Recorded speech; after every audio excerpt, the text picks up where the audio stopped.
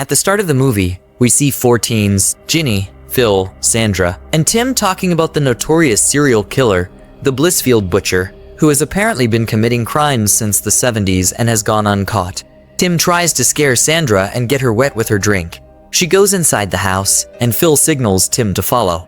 This gives Ginny and Phil some alone time to make out. Inside the house, we can see several ancient artifacts on display. Tim opens a box and finds a mystical dagger called La Dola. He is called by Sandra to assist her, so he leaves it on the table. He goes into a room full of masks hanging on the wall, but one of the masks is missing from the display. Tim continues his exploration into the basement of the house. A sound from the other room scares him, making him drop and break a wine bottle he was holding. He tries to pick up the broken bottles, but he is found by a man in a mask, who jams a wine bottle down his throat and smashes it so the glass pierces through his throat. Sandra, at that time, is in the washroom and has no idea what just happened. She hears someone banging on the door. The masked man breaks the door, and she begins to scream for help. He catches Sandra and bashes her head with a toilet seat, killing her. The other 2 teens, Ginny and Phil, are seen having sex. On their way to the house after they are done, the masked man catches up with them and impales Phil's head with a broken tennis racket. Ginny screams and runs into the house, but he follows. He eventually catches her and impales her on a rod in the living room, killing her. Apparently, the masked man is the notorious serial killer who goes by the name the Blissfield Butcher, the one they were talking about at the start of the movie. Ginny's parents come home and start screaming after they discover her body. The La Dola dagger is also missing. In the next scene, we are introduced to teenager Millie Kessler. Millie leaves with her mother Paula and older sister Charlene, who is a cop. It has been a year since Millie and Charlene's father died, and the relationship between the 3 of them has been strained. Millie goes to high school, where she hangs out with her best friends, Josh and Nyla. The 2 are excited about the upcoming homecoming dance, but Millie says she is going to spend time with her mom. Although she has self-esteem issues, her friends assure her that she is a piece. Millie is approached by a popular girl named Ryler and her squad. Ryler is one girl who always bullies Millie. She talks trash about her dress, and they leave. Millie goes to Mr. Bernardy's class late, where a presentation is ongoing. Mr. Bernardy orders her to do a presentation he assigned her earlier than she was told, and she isn't ready for it. So Bernardy just humiliates her in front of the class and her crush, Booker. The whole class is then alerted on their phones to the news of the murders. Millie and her friends hang out after class.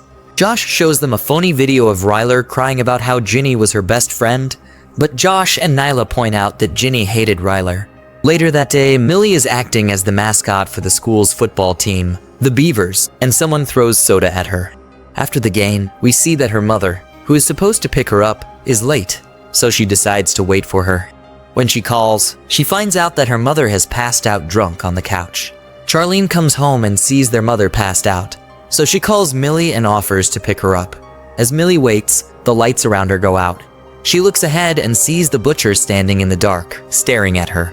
He starts walking towards her, and Millie begins to run and scream for help. He chases and catches her on the football field.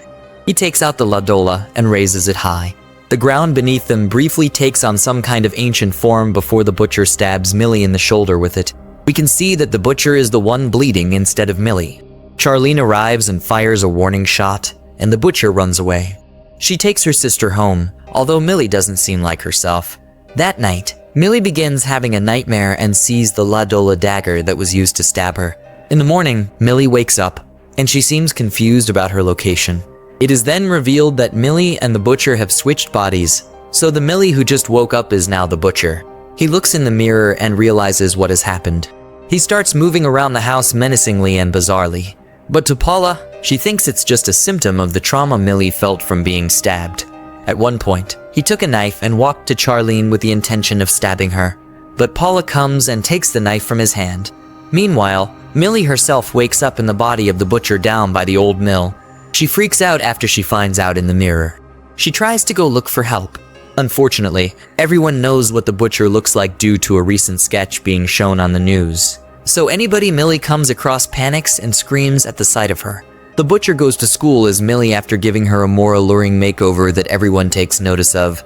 He sees Millie's 2 friends and walks past them. When Ryler comes up to him, he asks her to take him somewhere, They find themselves alone in the school's locker room.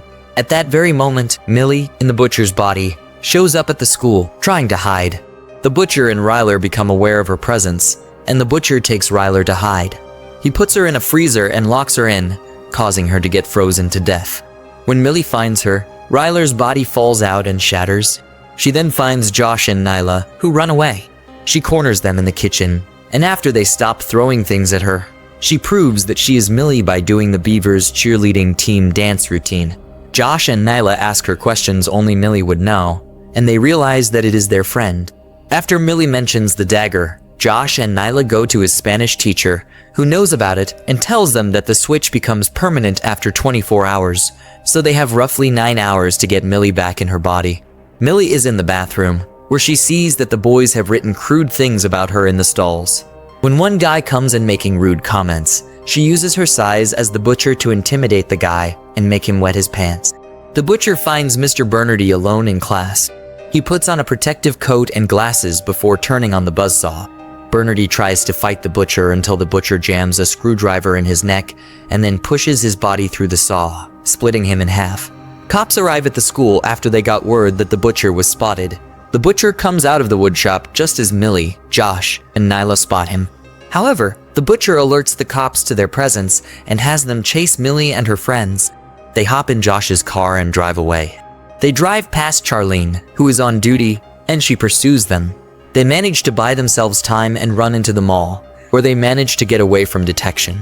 Josh and Nyla hide Millie in a changing room while they try to get her a disguise. Paula, who is working at the store, goes nearby to help, unaware that she is talking to her own daughter.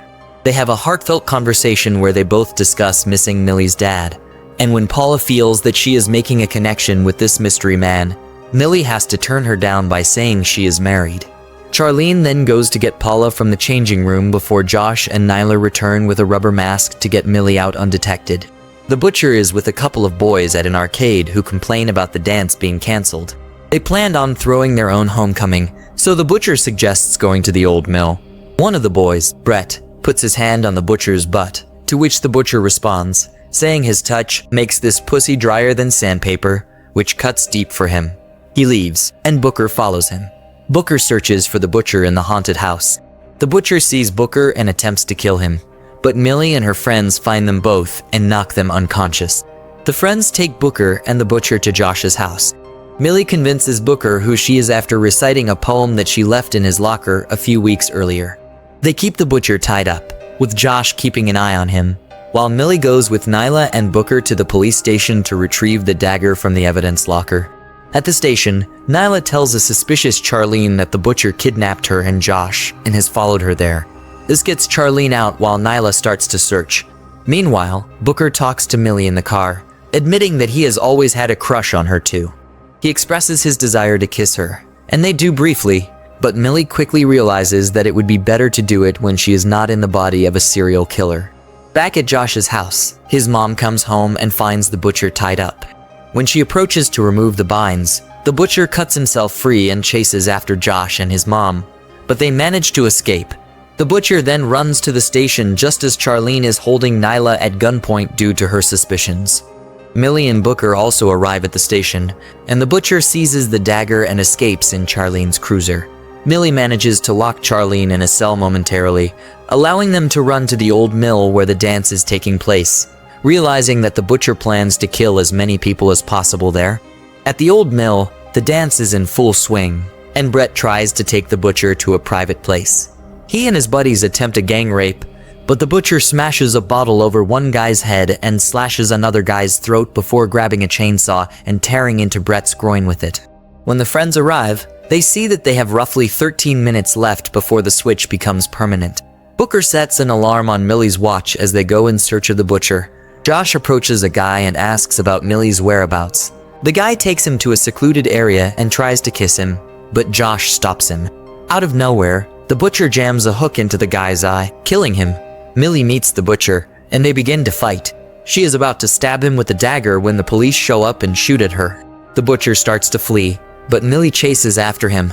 With help from her friends, they manage to pin him down. Millie jams the Ladola dagger into the butcher's body, and the switch happens again, returning everyone to their normal bodies. The police arrive and shoot the butcher down. Millie is relieved to be back in her own body and reunites with her friends. As she recovers, she and Booker share their first normal kiss. The butcher is taken away in an ambulance. The paramedics try to keep him stable, but his heart rate appears to go down before flatlining completely. Millie goes back home to Paula and Charlene. When it gets quiet, Millie suddenly hears a noise. The butcher is still alive and has come to kill the 3 women. Charlene tries to shoot him, but she is unable to because the butcher has already removed the bullets from her gun. After he incapacitates Paula and Charlene, the butcher taunts Millie for her weak body until she points out a weakness in his own body by kicking him in the groin. This allows the women to overpower him. Millie then grabs a broken table leg and impales him with it, finally killing him. And that is how the movie ends. Please subscribe for more.